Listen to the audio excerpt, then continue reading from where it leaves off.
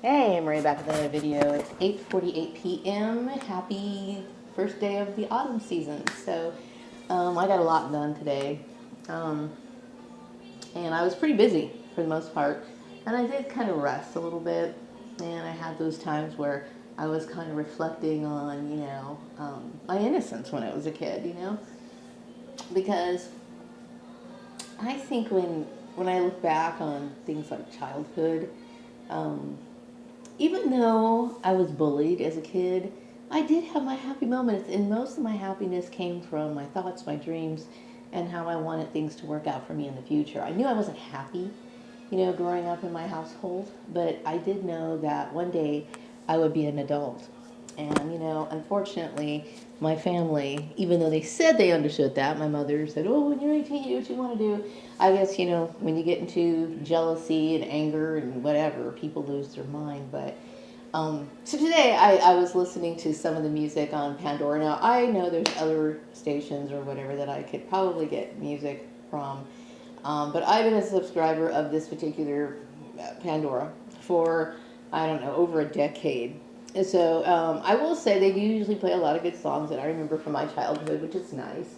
And when I get in these moods, it's like I just miss my innocence. I miss the the idea of a good world, and thinking that the majority of people were decent. And I also miss the fantasy of childhood. Like, I miss the Christmas mornings and thinking that there was a Santa Claus and thinking that, um, that there was true people, like friendships that were real, that they were common, and it's so funny how everything is the complete opposite.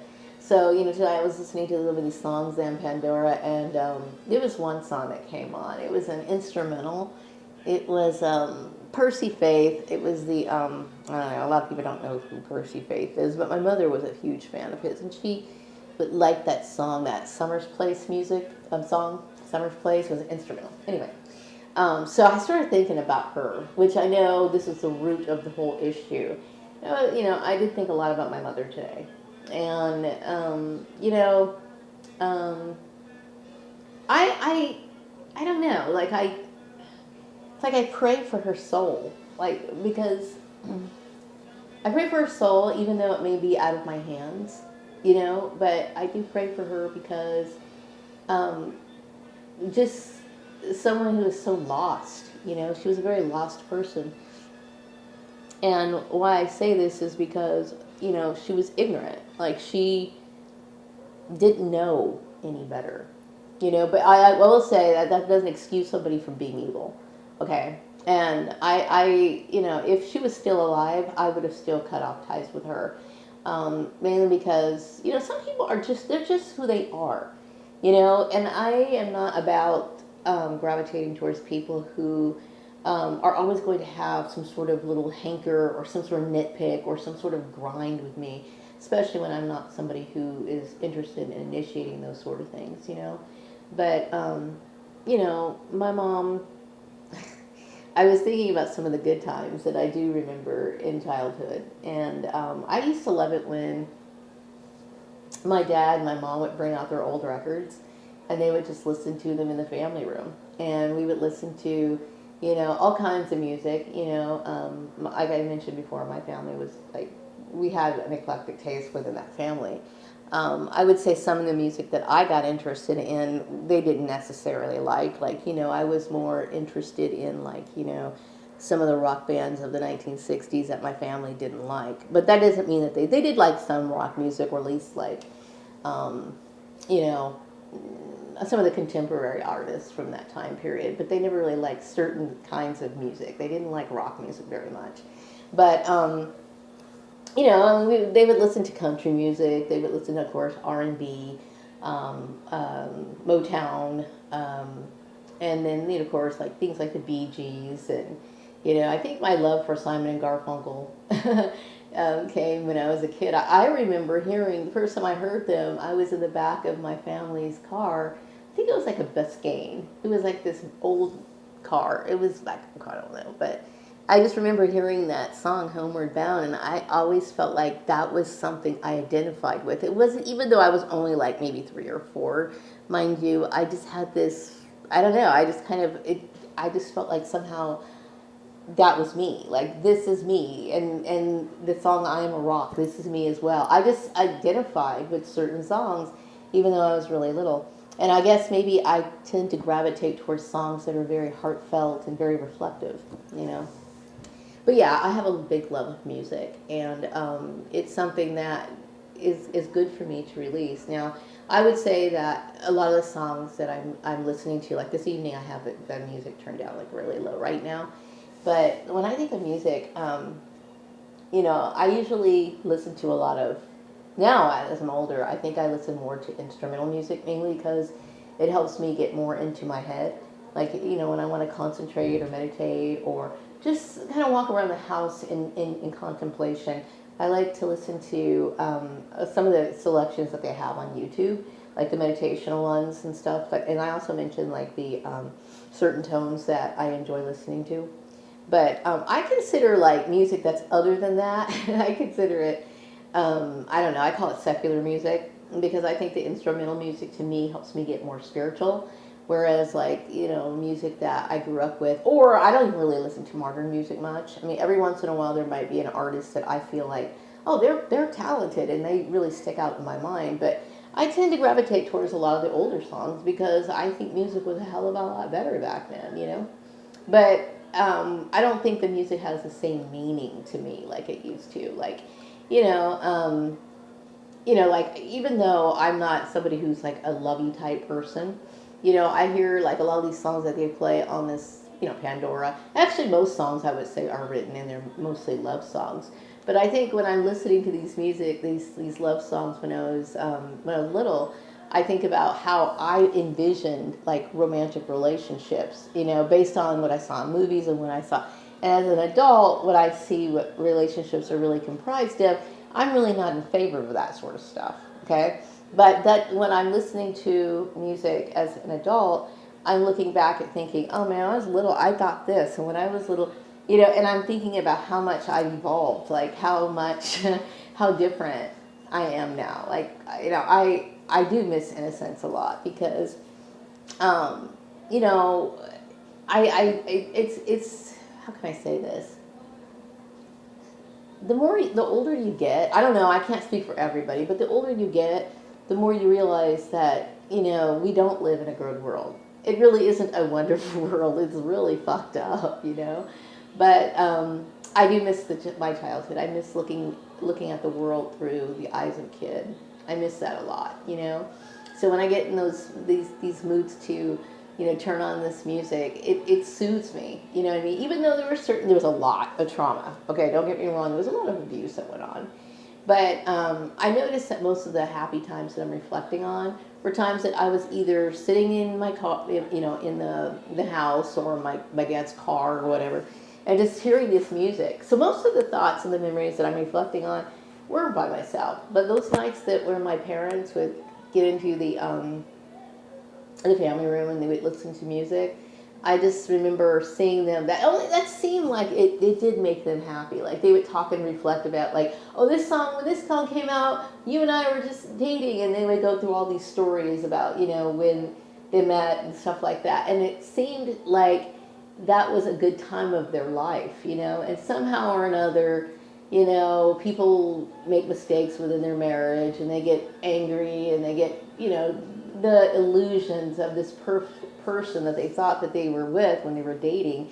They realize, oh fuck, man, this isn't, because they argued a lot. There was a lot of resentments that went on between those two. But I just think, when they were younger and when they were listening to, or they would reflect on like the times when they first got together and then the songs that were popular at that time and stuff, they were too, in a way, looking at their innocence and thinking about how, how things really are, I don't know, but it's kind of nice to like listen to that stuff, and it just brings me a lot of comfort. So anyway, so yeah, I do think about my mother and her warped mentality, and I do wonder, about, I'm always concerned about the afterlife.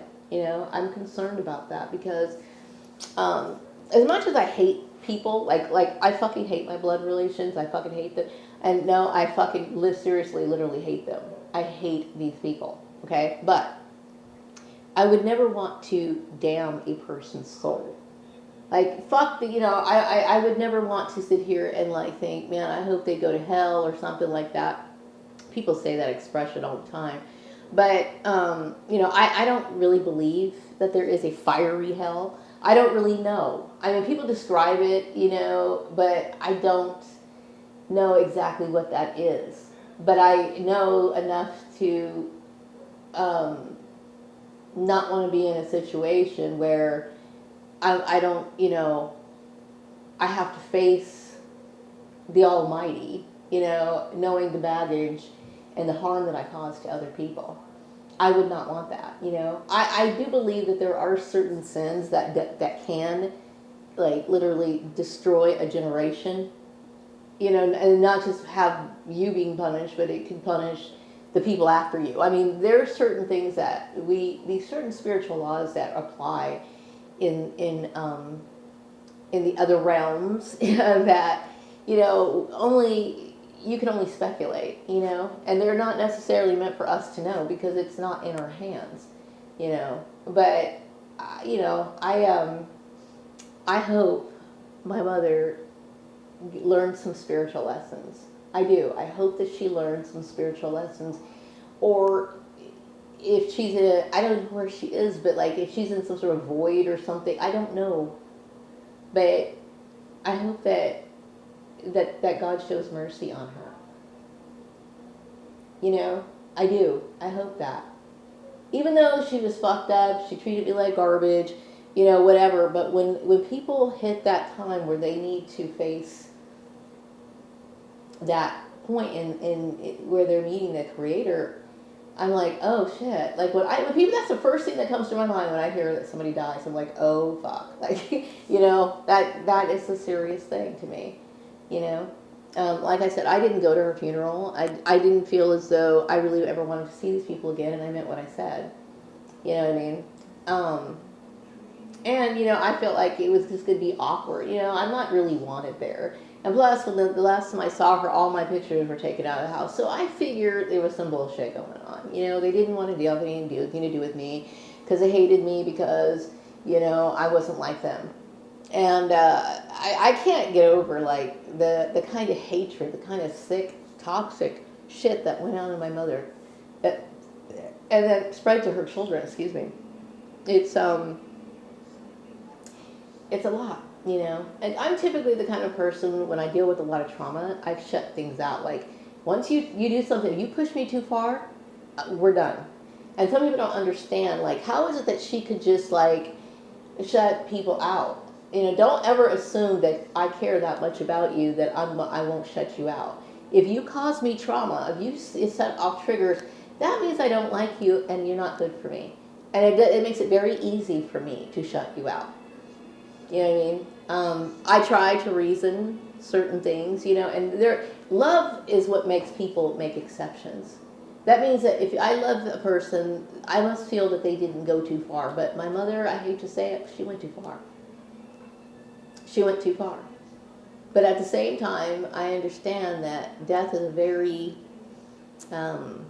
important part of our cycle, and I hope that she learns her lesson, and hopefully in wherever she is, that lesson's not going to be very hard.